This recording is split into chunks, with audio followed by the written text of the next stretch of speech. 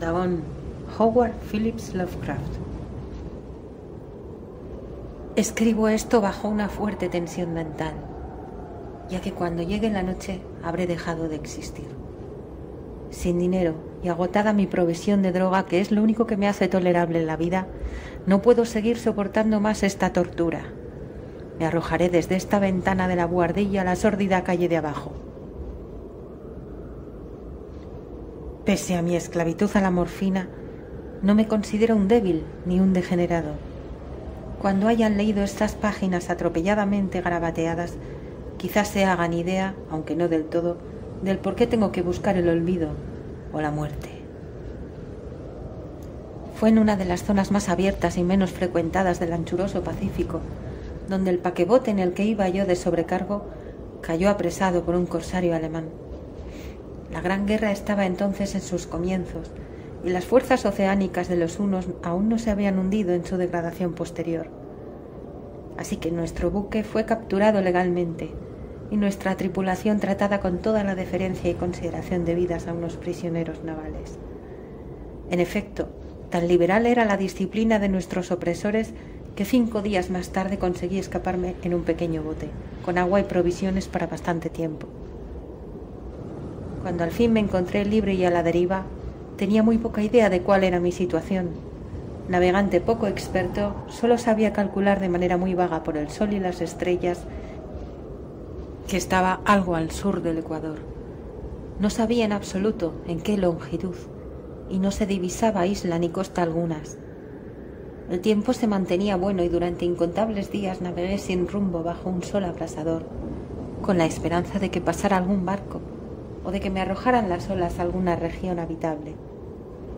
Pero no aparecían ni barcos ni tierra, y empecé a desesperar en mi soledad en medio de aquella ondulante e ininterrumpida inmensidad azul. El cambio ocurrió mientras dormía. Nunca llegaré a conocer los pormenores, porque mi sueño, aunque poblado de pesadillas, fue ininterrumpido. Cuando desperté finalmente descubrí que me encontraba medio succionado en una especie de lodazal viscoso y negruzco que se extendía a mi alrededor, con monótonas ondulaciones hasta donde alcanzaba la vista, en el cual se había adentrado mi bote cierto trecho.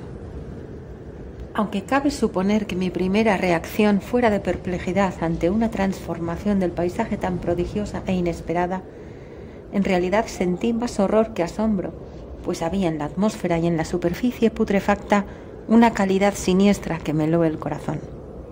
La zona estaba corrompida de peces descompuestos y otros animales menos identificables que se veían emerger en el cieno de la interminable llanura.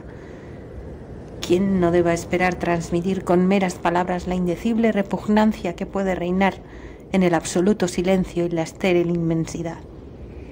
Nada alcanzaba a oírse, nada había a la vista, salvo una vasta extensión de légamo negruzco, si bien la absoluta quietud y la uniformidad del paisaje me producían un terror nauseabundo. El sol ardía en un cielo que me parecía casi negro por la cruel ausencia de nubes.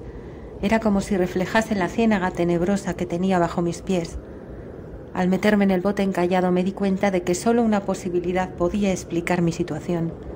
Merced a una conmoción volcánica, el fondo oceánico había emergido a la superficie, sacando a la luz regiones que durante millones de años habían estado ocultas bajo insondables profundidades de agua. Tan grande era la extensión de esta nueva tierra emergida debajo de mí que no lograba percibir el más leve rumor de oleaje, por mucho que aguzaba el oído. Tampoco había aves marinas que se alimentaran de aquellos peces muertos. Durante varias horas estuve pensando y meditando sentado en el bote, que se apoyaba sobre un costado y proporcionaba un poco de sombra al desplazarse el sol en el cielo. A medida que el día avanzaba, el suelo iba perdiendo pegajosidad, por lo que en poco tiempo estaría bastante seco para poderlo recorrer fácilmente. Dormí poco esa noche, y al día siguiente me preparé una provisión de agua y comida, a fin de emprender la marcha en busca del desaparecido mar y de un posible rescate. A la mañana del tercer día comprobé que el suelo estaba bastante seco para andar por él con comodidad. El hedor a pescado era insoportable, pero me tenían preocupado cosas más graves para que me molestase este desagradable inconveniente. Y me puse en marcha hacia una meta desconocida. Durante todo el día caminé constantemente en dirección oeste, guiado por una lejana colina que descollaba por encima de las demás elevaciones del ondulado desierto. Acampé esa noche y al día siguiente proseguí la marcha hacia la colina, aunque parecía escasamente más cerca que la primera vez que la descubrí. Al atardecer del cuarto día llegué al pie de dicha elevación, que resultó ser mucho más alta de lo que me había parecido de lejos. Tenía un valle delante que hacía más pronunciado el relieve respecto del resto de la superficie. Demasiado cansado para emprender el ascenso, dormí a la sombra de la colina. No sé por qué mis sueños fueron extravagantes esa noche, pero antes de que la luna menguante, fantásticamente gibosa, hubiese subido muy alto por el este de la llanura, me desperté cubierto de un sudor frío, decidido a no dormir más. Las visiones que había tenido eran excesivas para soportarlas otra vez. A la luz de la luna comprendí lo imprudente que había sido al viajar de día. Sin el sol abrasador, la marcha me habría resultado menos fatigosa. De hecho, me sentí de nuevo lo bastante fuerte como para acometer el ascenso que por la tarde no había sido capaz de emprender. Recogí mis cosas e inicié la subida a la cresta de la elevación. Ya he dicho que la ininterrumpida monotonía de la ondulada llanura era fuente de un vago horror para mí, pero creo que mi horror aumentó cuando llegué a lo alto del monte y vi, al otro lado, una inmensa cima o cañón, cuya oscura concavidad aún no iluminaba la luna. Me pareció que me encontraba en el borde del mundo, escrutando desde el mismo canto hacia un caos insondable de noche eterna. En mi terror se mezclaban extraños recuerdos del paraíso perdido y la espantosa ascensión de Satanás a través de remotas regiones de tinieblas. Al elevarse más la luna en el cielo, empecé a observar que las laderas del valle no eran tan completamente perpendiculares como había imaginado.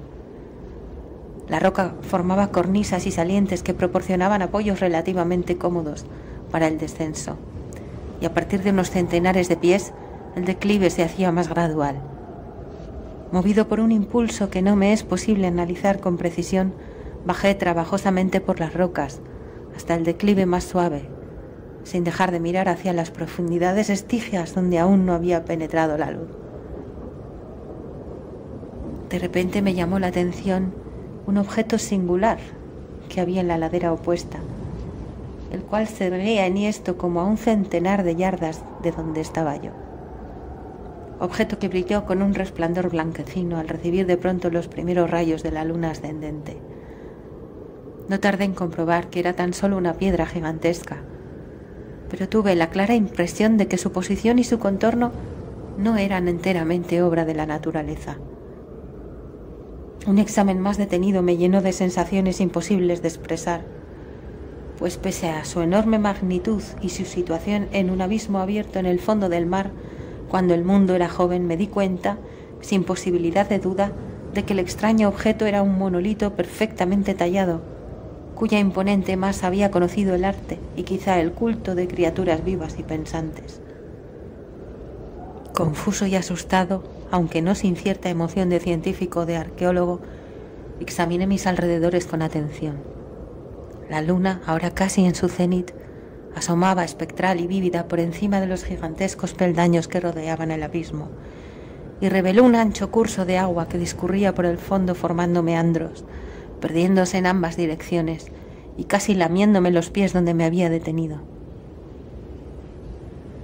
Al otro lado del abismo, las pequeñas olas bañaban la base del ciclópeo monolito, en cuya superficie podía distinguir ahora inscripciones y toscos relieves. La escritura pertenecía a un sistema de jeroglíficos desconocido para mí, distinto de cuanto yo había visto en los libros, y consistente en su mayor parte en símbolos acuáticos esquematizados, tales como peces, anguilas, pulpos, crustáceos, moluscos, ballenas y demás. Algunos de los caracteres representaban evidentemente seres marinos desconocidos para el mundo moderno, pero cuyos cuerpos en descomposición había visto yo en la llanura surgida del océano. Sin embargo, fueron los relieves los que más me fascinaron, claramente visibles al otro lado del curso del agua, a causa de sus enormes proporciones. Había una serie de bajorrelieves cuyos temas habrían despertado la envidia de un doré.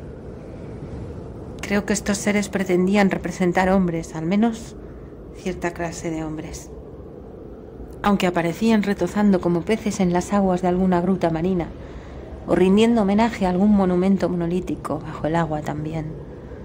No me atrevo a descubrir con detalle sus rostros y sus cuerpos, ya que el mero recuerdo me produce vaídos, más grotescos de lo que podría concebir la imaginación de un Poe o de un Bulwer.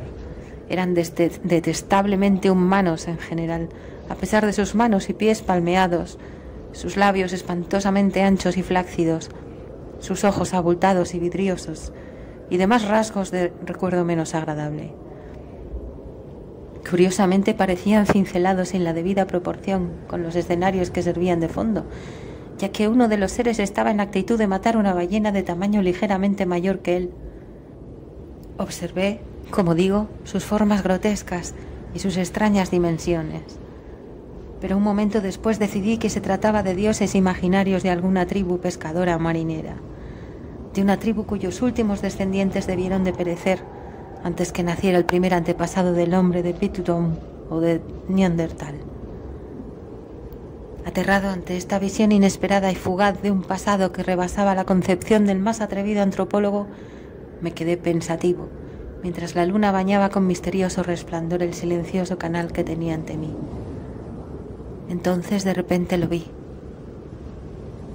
Tras una leve agitación que delataba su ascensión a la superficie, la entidad surgió a la vista sobre las aguas oscuras.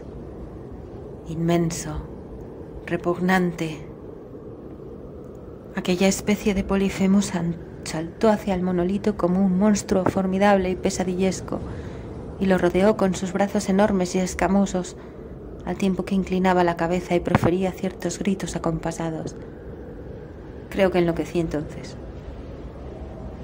No recuerdo muy bien los detalles de mi frenética subida por la ladera y el acantilado, ni de mi delirante regreso al bote varado.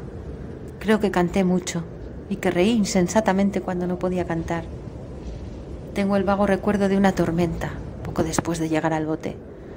En todo caso, sé que oí el estampido de los truenos y demás ruidos que la naturaleza profiere en sus momentos de mayor irritación. Cuando salí de las sombras, estaba en un hospital de San Francisco. Me había llevado allí el capitán del barco norteamericano que había recogido mi bote en medio del océano. Hablé de muchas cosas en mis delirios, pero averigüé que nadie había hecho caso de las palabras. Los que me habían rescatado no sabían nada sobre la aparición de una zona de fondo oceánico en medio del Pacífico, y no juzgué necesario insistir en algo que sabía que no iban a creer.